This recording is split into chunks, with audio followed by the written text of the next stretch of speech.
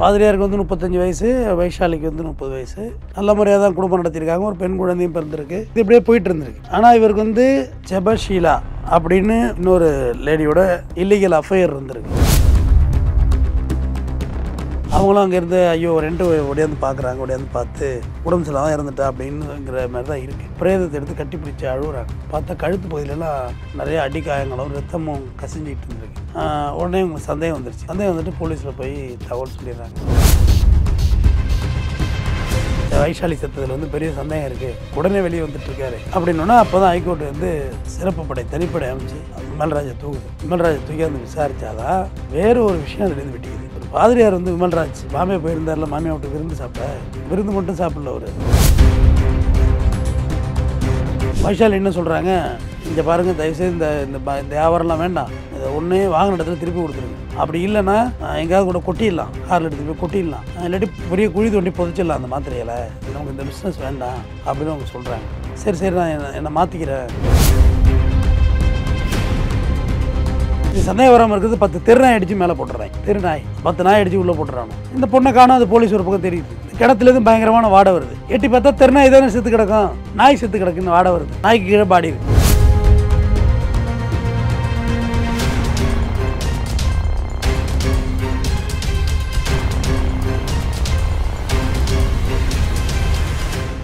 Real one நேயர்களுக்கு வணக்கம். இன்றைய நேர்காணலுக்காக நம்முடன் இணைகிறார் குற்றவியல் வழக்கறிஞர் டாக்டர் RS தமிழ்வந்தன் அவர்கள். வணக்கம் சார். வணக்கம் சார். கேளம்பாக்கத்தில் விமல்ராஜ் என்கிற பாதிரியார் தன்னோட மனைவியவே கொடூர முறையில் குலைச்சதாக கைது செய்யப்பட்டு விடுவிக்கப்பட்டார். பிறகு அந்த பெண்ணோட பெற்றோர்களே கம்ப்ளைண்ட் கொடுத்து விசாரிக்கப்பட்டதில் அவருக்கு பின்னாடி பெரிய ஒரு கேங்கே வேறு மாதிரியான ஒரு நெட்வொர்க்கே இருக்குது அப்படின்னு சொல்லிட்டு தகவல்கள் வந்திருக்கு. ஸோ இந்த வழக்கோட பின்னணி என்ன சார்? இல்லை, ஒரு கேளம்பாக்கம் சென்னை, அந்த சென்னையாக இருக்க கேளம்பாக்கத்து பக்கத்தில் பொன்மார் பகுதியில் தான் இருந்திருக்காரு. அவர் விமல்ராஜ் தான் நீங்கள் சொல்கிற மாதிரி பாதிரியார், டைரக்டர் பாதிரியார் இல்லை, இன்னொரு பாதிரியாருக்கு அசிஸ்டண்ட்டாக இருந்திருக்காரு. ஆமாம், ப்ரோ பாதிரியார் தான், டைரக்டர் இல்லை இவர். ப்ரோ பாதிரியார் அசிஸ்டண்ட் அப்படின்ற மாதிரி உதவியாளர் அந்த மாதிரி தான் சொல்கிறாங்க. பாதிரியாருக்கு உதவியார் இன்னொரு, அதாவது ரெண்டாவது கிரேடு முறையாக தேர்வு பயிற்சியெல்லாம் பெற்ற அதுக்கு அடுத்த கட்டத்தில் இவர் இருந்திருக்காரு. இதில் என்னென்னு பார்த்தீங்கன்னா பகலில் ஃபுல்லாக பாதிரியார் தான். எப்பயுமே பாதிரியார், இப்போ பொதுவாக கிறிஸ்டியன் பாதிரியார் மேலே வந்து சொசைட்டியில் ஒரு நல்ல மரியாதை இருக்கும். அவங்க வந்து மென்மையாக பேசுவாங்க, ஆசீர்வாதம் பண்ணுவாங்க, அன்பை போதிக்கிற ஒரு ரோலாக பார்ப்பாங்க. அந்த வகையில் இவருக்கு மும்பையை சேர்ந்த வைஷாலி என்பவரோட திருமணம் நடக்குது. திருமணம் நடந்து ஒரு பெண் குழந்தையும் இருக்குது. பாதிரியார் வந்து மாமியா விட்டு விருந்துக்கெல்லாம் பாம்பேலாம் போய் தங்கியிருந்திருக்காரு. பாதிரியாருக்கு வந்து 35 வயசு, வைஷாலிக்கு வந்து 30 வயசு. நல்ல முறையாக தான் குடும்பம் நடத்தியிருக்காங்க. ஒரு பெண் குழந்தையும் பிறந்திருக்கு. இது இப்படியே போயிட்டு இருந்திருக்கு. ஆனால் இவருக்கு வந்து ஜெபஷீலா அப்படின்னு ஒரு இன்னொரு லேடியோட இல்லீகல் அஃபையர் இருந்திருக்கு. பட் இது பெருசாக தெரிஞ்சிருக்காது வீட்டில். அப்படி தெரிஞ்சிருந்தா கூட அதை ஒரு குடும்ப சிலையாக போயிருந்திருக்கும், அவ்வளோதான்.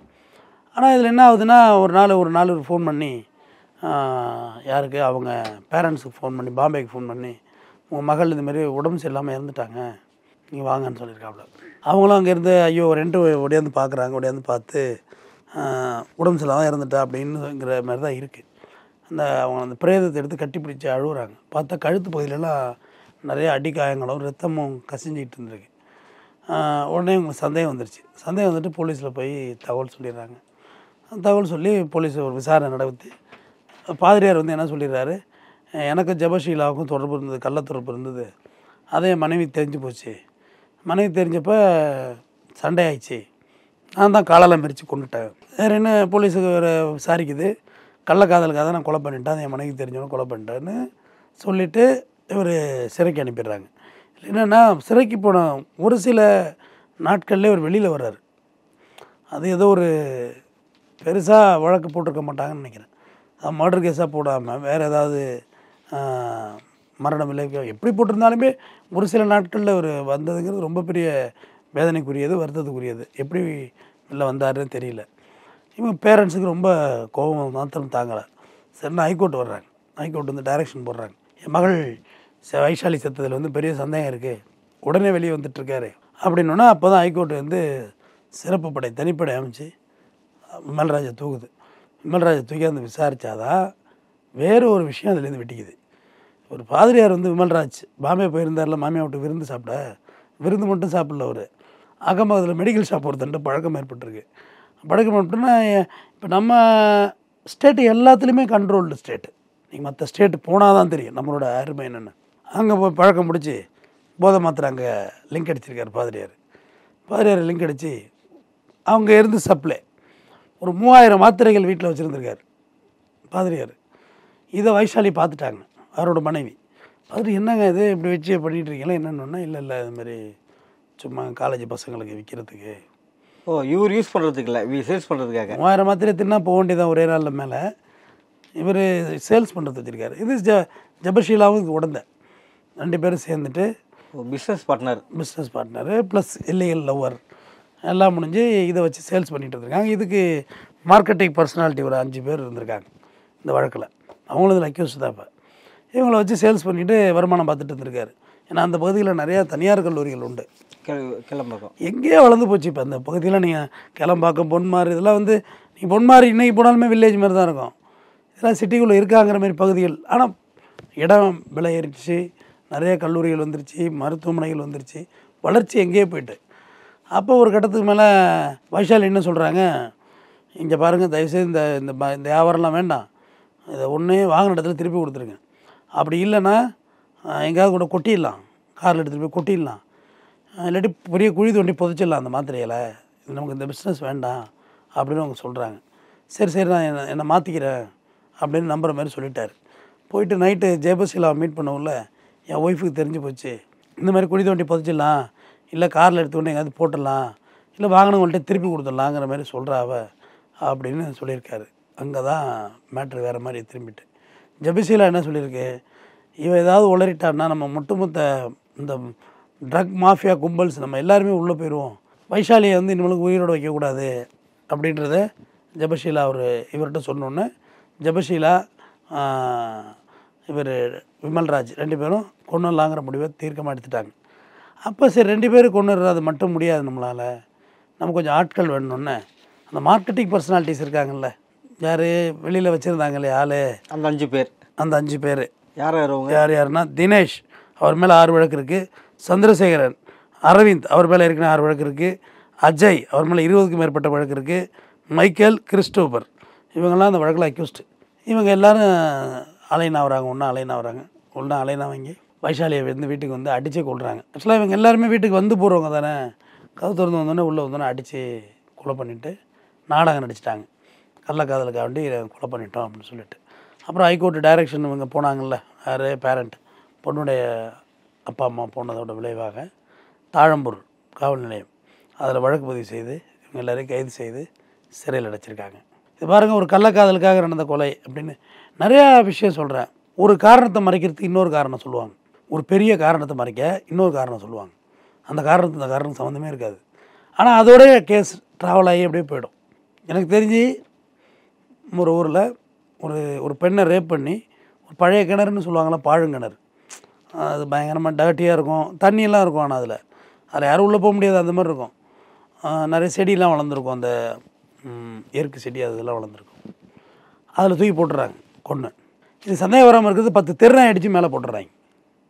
தெருநாய் 10 நாய் அடித்து உள்ளே போட்டுறானோ. இந்த பொண்ணை காணும், அது போலீஸ் ஒரு பக்கம் தேடிட்டு இருக்கு. இந்த கிணத்துலேருந்து பயங்கரமான வாடை வருது. எட்டி பார்த்தா தெருநாய் தானே செத்து கிடக்கும், நாய் செத்து கிடக்குன்னு வாடை வருது, நாய்க்கு கீழே பாடி இருக்குது. அப்புறமா கடைசியாக அது வேறு விதத்தில் போலீஸ் அந்த கேஸை பிடிச்சிட்டாங்க. ரொம்ப லேட் ஆகிடுச்சு. எதுக்கு சொல்ல வந்தேன்னா, ஒரு விஷயத்தை மறைக்க இன்னொரு விஷயத்தை செய்து வைப்பாங்க குற்றவாளிகள். இது விமல்ராஜ் ஆரம்பத்தில் விசாரித்தப்பே கிட்டுக்குப்பிடி விசாரணை பண்ணியிருந்தால் அப்பயே சிக்கியிருப்பார் இவர். இவங்க ஹைகோர்ட் வரையும் போயிருக்க வேண்டியதில்லை. அவர் ஃபாதர் நிறைய பேக்ரவுண்ட் வந்திருக்கும், பொருளாதாரம் வந்திருக்கும், அரசியல் பின்னணி அவருக்கெல்லாம் இருக்கும். ஏன்னா அவங்க வந்து சொசைட்டி எப்படி இருந்தாலும் ஒரு அந்தஸ்துக்கு மேலே உள்ளவங்க தான். எப்படியே தப்பிச்சு வெளில வந்துடுறாங்க. அது இல்லாமல் போயிருந்திருக்கும் முதல் ரவுண்ட்லேயே பிடிச்சிருந்தாங்க. காவல்துறை தன்னோட வர்ற வழக்குகளை வலியை வேதனையை கொஞ்சம் கவனமாக ஹேண்டில் பண்ணணும். பண்ணியிருந்தால் இது நடந்திருக்காது. ரெண்டாவது இந்த வைஷாலி போன்ற பெண்களுக்கு நான் சொல்கிறேன், தான் புருஷன் தப்பாக போகிறான், தவறான தொழில் பண்ணுறாங்களோ அவனை திருத்தணும்னு முயற்சி பண்ணுறீங்க. சில தருதலைகள் இங்கே திருந்தாது. ஒன்றே வைஷாலி வந்து தப்பிக்கணும்னு நினச்சா நேராக போலீஸ்கிட்ட போயிருக்கணும், போயிட்டு அவனை மாட்டி விட்டுட்டு எஸ்கேப் ஆகிருந்துருக்கணும். இவங்களோட ட்ராவல் ஆக முடியாதுல்ல. இல்லைன்னா அதை சகிச்சுக்கிட்டு வாழ பழக்கணும். 2 விஷயந்தான். உன்னை எதிர்த்தினா நீ அதோட அவங்களோட டிஸ்கனெக்ட் ஆகிடணும், வேறு வழி இருக்காது. அப்போயே சிறைக்கு போயிருக்க போகிறாங்க. ஏன்னா போலீஸு கடைசியாக அந்த வீட்டை விமல்ராஜ் வீட்டை சர்ச் பண்ணக்குள்ள 3000க்கும் மேற்பட்ட மாத்திரைகள் வீட்டுக்குள்ளே இருக்குது, அந்த டேப்லெட்ஸ். அப்போ கொஞ்சம் கூட அவங்க பயப்படவே இல்லை. கவுண்டர் கொலையும் செய்கிறாங்க, அதான் அந்த ட்ரக் மாஃபியாஸ் கொலையும் செய்கிறாங்க. இதுபோக பயமும் இல்லை. அப்போ வைஷாலி நினச்சது உயர்வானது, இந்த போதையை கொண்டாந்து விற்கிறாருன்னு. ஆனால் சொன்ன விதம் தவறு. ஏன்னா ட்ரக் மாஃபியாஸுக்கெல்லாம் நீ அட்வைஸே பண்ண முடியாது, அக்யூஸுக்கெல்லாம் நீ அட்வைஸே பண்ண முடியாது, எந்த விதத்துலையும் பண்ண முடியாது. அக்யூஸுக்கு அட்வைஸ் பண்ணுறதுனா ஒரு மர்டர் அக்யூஸுக்கு நீ அட்வைஸ் பண்ணலாம், கேட்பாங்க அவங்க, சொன்னால் புரிஞ்சுக்குவாங்க. அதெல்லாம் வேண்டாங்க பரவாயில்ல விட்டுறலாம்னா கேட்பாங்க, நம்மளோட நல்லா ஜேர்னி ஆவாங்க. ஏதோ ஒரு கால சூழ்நிலையில் அவங்க மர்டர் பண்ணியிருப்பாங்க. பட் இந்த ட்ரக் மாஃபியாஸ்லாம் அப்படி கிடையாது. அது ஒரு தனி கேங். அது பெரிய லெவலில் பொருளாதாரம் பார்ப்பாங்க, பணம் பெருசாக வரும். ஒரு மாத்திரை ஸ்டெப்பே வந்து பார்த்திங்கன்னா 5 ரூபா 10 ரூபா 20 ரூபாய்க்கு வாங்கியிருப்பாங்க. இங்கே அப்படியே விற்றுருப்பாங்க, ஒரு ஸ்டெப்பு 1000 2000 ஏறுத்து விற்றுருப்பாங்கல்ல 10 மாத்திரை கொண்டதை. ஸோ வருமானம் பார்த்த கை. அவங்க கூட இவ்வளோ பேர் கீழே இருந்திருக்காங்க, வேலை பார்க்குறதுக்கு இத்தனை பேர் இருந்திருக்காங்க. இதில் ஜெபஷீலா அவங்க லவ்வர், கள்ளக்காதல் ஒரு பக்கம். ஆனால் இவர் கொலையே பண்ணிவிட்டு கள்ளக்காதலுக்காக வேண்டி நான் கழுத்தில் அடி வச்சு மிரிச்சிட்டேன்னு சொல்லி டைவெர்ட் பண்ணுறாப்புல. அப்போ போலீஸ் கொஞ்சம் டைட்டாக விசாரிச்சிருந்தா இது அப்போயே முடிஞ்சிருக்கும் இந்த வழக்கு. இப்போ இவங்களால் முடிஞ்சுது, உயர்நீதிமன்றம் போனாங்க. முடியாதவங்களுக்கு தீர்வே இல்லை. அப்படியே போய் சரி பொண்ணு செத்து போச்சு அப்படின்ட்டு போயிருந்தாங்கன்னா என்ன இருந்திருக்கும்? இவங்க வந்த பிறகு தான் அது அட்டாப்சிக்கு போகுது, எங்கள் பிரேத விசாரணைக்கெல்லாம் போய் தான் இது தீர்வுக்கு வருது இந்த வழக்கு. இல்லைன்னா அப்படியே வச்சு ஒரு பாக்ஸ் அடித்து புதைச்சிருப்பாங்க தானே, தெரிஞ்சிருக்காது இல்லை வெளியில். விளையாட்டிட்டு வரையும் நீங்கள் ட்ரெஸ் கவர்டு போட்டிங்கன்னா கொஞ்சம் நேரத்தில் பிளட் வர்றது அரெஸ்ட் ஆகிடும். நிறையாளர் ஒரு 1 or 2 hours அரெஸ்ட் ஆகிடும். இல்லை ஃப்ரீசர் பாக்ஸில் வச்சிங்கன்னா அரெஸ்ட் ஆகிடும். அது அரெஸ்ட் ஆனதோடு அப்படியே பாக்ஸில் வச்சு ஏற்றிட்டிங்கன்னா என்ன ஆக போகுது, தெரிஞ்சே இருக்காது வெளியில். ஸோ பெற்றோர்களும் சரி காவல்துறையும் சரி, இந்த பெற்றோர்களும் பாராட்டுறோம், இந்த அளவுக்கு இவங்க இறங்கி செஞ்சுருக்காங்க. சந்தேகம் இருக்குது, மரணம் இருக்குன்னா எந்த மரணம் டவுட்ஃபுல் மர்டராக இருந்தாலும் கண்டிப்பாக போலீஸுக்கு தகவல் தெரியுங்க. போலீஸ் வந்து அட்டாப்சி இது உடற்கூறாய்வு செய்யட்டும். தன்னோட மனைவியை கொலை செஞ்சது மூலயமா தான் இவர் ட்ரக் விற்கிறவர்ன்ற விஷயமே வெளியே வந்தது. ஏன் அதுக்கு முன்னாடி எந்த ஒரு சந்தேகமும் இவர் மேலே வராததுக்கான காரணம் என்னவாக இருக்கும்? இல்லை எப்படி இவர் இல்லாமல் அடுத்த ஆட்கள் மூலமாக எப்படி பாஸ் பண்ணார் இந்த போதை மாத்திரையை? இப்போ இருக்கிற ட்ரக்லேயே விற்கிறது வந்து பாட்டில் விற்கிறது தான் ரொம்ப கஷ்டம். ஒரு பீர் பாட்டில்னால் இவ்வளோ உயரம் வந்துடுமா? ஒரு குவார்ட்டர் பாட்டிலும் இவ்வளோ உயரம் இருக்கும், ஒரு ½ வரும். ஒரு ஃபுல் பாட்டிலாம் இவ்வளோ பெருசு வந்துடும். அதை நீங்கள் வயிற்றுக்குள்ளே வச்செல்லாம் கொண்டு விற்க முடியாது. ஆனால் ஒரு மாத்திரை ஸ்டெஃப்புங்கிறது ஒரு பாக்கெட்டில் போட்டால் என்ன தெரிய போகுது? உங்கள் பர்ஸில் வச்சுருக்கலாம். ஒரு பெரிய ஒரு 10 மாத்திரை ஸ்டெப் எடுத்தாலும் இவ்வளோ தானே இருக்கும் கணம். சொல்லிட்டு அதை கன்வே பண்ணுறது ரொம்ப ஈஸி. அதை ஒரு இடத்துலேருந்து ஒரு இடத்துக்கு வந்து ட்ரான்ஸ்ஃபர் பண்ணுறது ரொம்ப ஈஸி. மாத்திரை வாடடிக்க முடியாது, வாடடிக்காது. 10 பேர் இருக்க கூட நீங்கள் பிரித்து மாத்திரை போடலாம். மேல் வலிக்கு போடுறது, ஜுரத்துக்கு போடுறோம், எல்லாம் தான் மாத்திரை போடுறாங்களே. அதோட்டு இது பெருசாக ஐடென்டிட்டி ஆகாது. கஞ்சா அடிக்கணும்னா அதை ரோல் பண்ணி ஏற்றி புகை வரும், அடித்தாக்கா அதுக்கு இடம் தேடணும், ஸ்மெல்லு வரும். மாத்திரையில் என்ன வரப்போகுது? ஒன்றுமே வராது இல்லையா? ஸோ அதனால் இதெல்லாம் ரகசியமாகவே நடந்திருக்கும். ஒரு உதாரணம் சொல்கிறேன். நாகப்பட்டினம் மாவட்டம் வேதாரண்யம் கோடியக்கரையில் கடற்கரையில் ஒரு 2 பாக்ஸ் ஒதுங்குது. அதில் வெள்ளையாக இருக்குது. சரி நல்ல வேலை, இவங்க உடனே கோஸ்ட் கார்டை கூப்பிட்டு ஒப்படைச்சிடுறாங்க. அப்போ கோஸ்ட் கார்டு மாவட்ட தலைமை இதுலேருந்து ஆளுகளை வர சொல்லி சோதனை பண்ணுறாங்க. பார்த்தா அது மெத்தப்பட்டைன் போதைப் பொருள். அது 7 கோடி ரூபாய் மதிப்புள்ள ஒரு மெத்தப்பட்டைன். ஆமாம், அது கடல் வழியாக வந்திருக்கலாம், போட்டில் வந்திருக்கலாம். அப்போ நம்மளை சுற்றி எல்லாமே நடந்துக்கிட்டு தானே இருக்குது. அந்த கடலில் அங்கிட்ட ஸ்லோன் இருக்குது, அதுக்கு நியரஸ்ட்டாக ஸ்லோன் தான். இது ஸ்லோன் மீன்ஸ் ஸ்ரீலங்கா, வேறு ஒன்றும் இல்லை. அங்கே யாழ்ப்பாணம் தான் இருக்குது, வேறு ஒன்றுமே இல்லை. அப்போ என்ன ட்ரான்ஸ்ஃபர் அங்கே நடந்துக்கிட்டு இருக்குது? ஏதோ நம்மளை சுற்றி கேங் ஏதோ பண்ணிக்கிட்டு தான் இருக்காங்க. கோஸ்ட்கார்டெலாம் பார்த்துக்கிட்டு தான் இருக்குது, பிடிச்சிக்கிட்டு தான் இருக்காங்க. அப்படி இருந்தும் இப்படி நடக்குது. எங்கேயோ ஆந்திராவில் கடத்தப்படுறது அங்கே போய் ட்ரான்ஸ்ஃபர் ஆகுது அப்படின்னு சொல்கிறாங்க. அப்போ இது எவ்வளோ பெரிய வருத்தத்துக்குரிய விஷயம். அதை யாராவது சின்ன பசங்க எடுத்து நக்கி பார்த்துருந்தா என்ன இருந்திருக்கும் சொல்லுங்கள்? அது என்னென்னே தெரியாமல் அது யாரோ ஒரு அப்பாவி என்னென்னு தெரியல ஜீனி மாரி இருக்குன்னு வீட்டை பக்கம் தூக்கிட்டு போய் போகிற வழியில் போலீஸ் பிடிச்சிருந்தா அவங்களோட லைஃப் என்ன ஆகும்? கேரியர் வெளியில் வர முடியுமா? லைஃப் லாங் வெளியில் வர முடியாது.